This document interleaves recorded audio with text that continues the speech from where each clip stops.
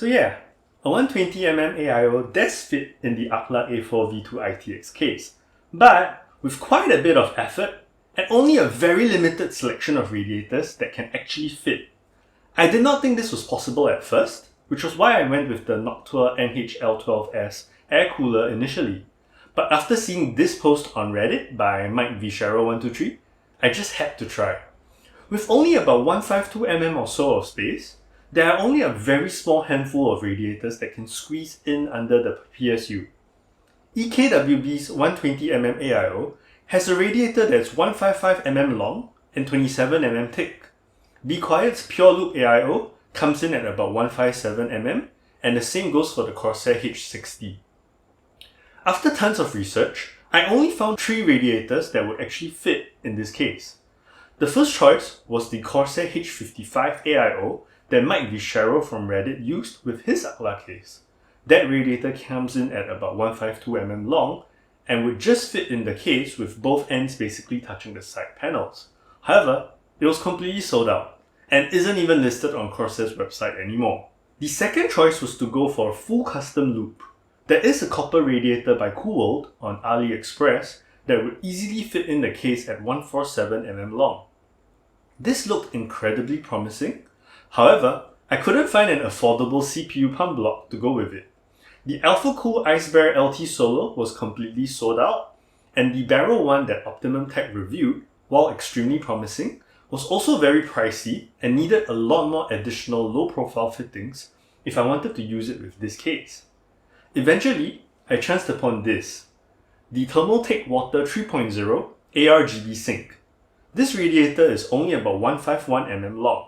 Installation was relatively straightforward.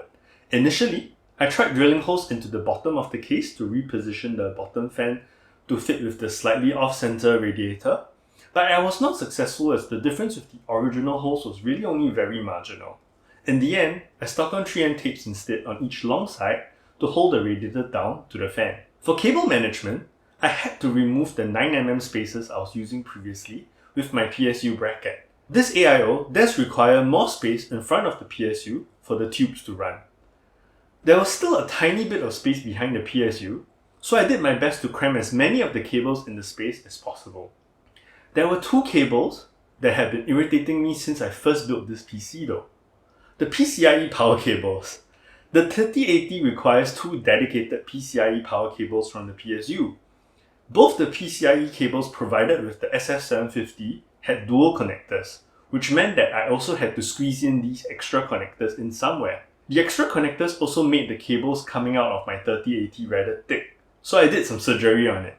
Taking out each pin from the Molex connector one at a time, I cut off the extra cable. To take the pin out, I tried the 2-staple method that most tutorials online mentioned, but I found that it was much easier to use a single SIM ejector tool to press in the hooks on each side and pull the cable out.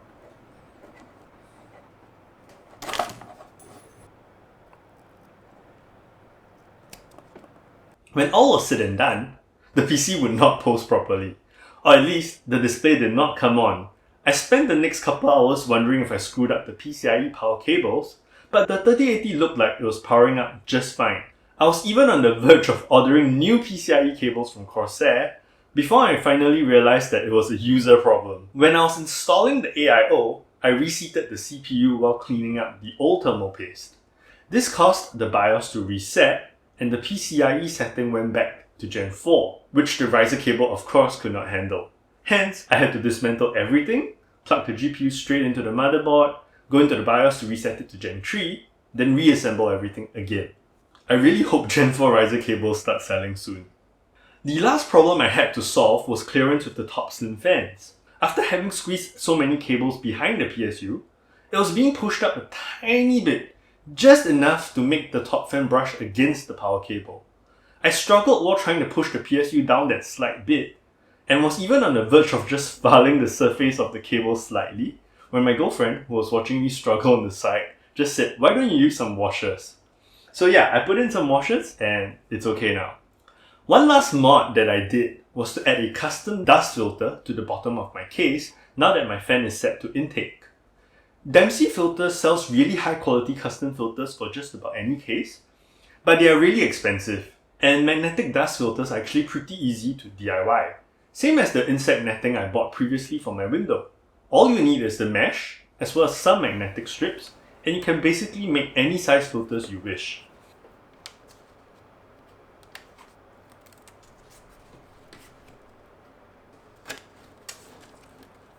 There's still a tiny bit of gap on mine though, because of the vent layout, so I'll probably spend some time over New Year to work on improving that.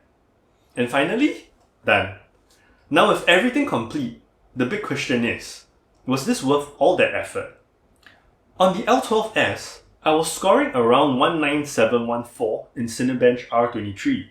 Now with this AIO, I'm doing 19791.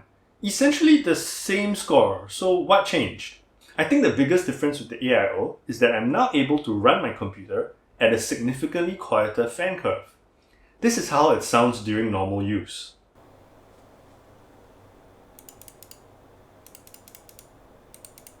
And during load,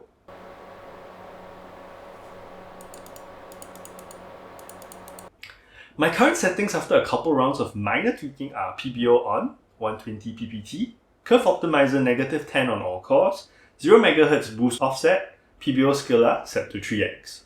My honest recommendation? Don't bother. I think going with either the water cooling version of the A4V2 or the Form DT one, where you can fit a 240mm radiator, would be a much better option, especially if you're using a hot 105W TDP chip like this 5900X. And even more so if numbers mean a lot to you. My benchmark scores are below average, but I was never expecting this chip to be able to run at max performance, or even overclock in this small case. A cooler 65W TDP chip like the 560X would probably have no issues though, but on that chip, I probably would have stuck to air cooling too. All in, I'm very happy with this setup, especially because of how quiet it runs, and the glowing arc reactor light is a plus. That's it for now. To all my viewers, have a happy new year, and thank you for all your support and compliments so far. I'll catch you in the next one.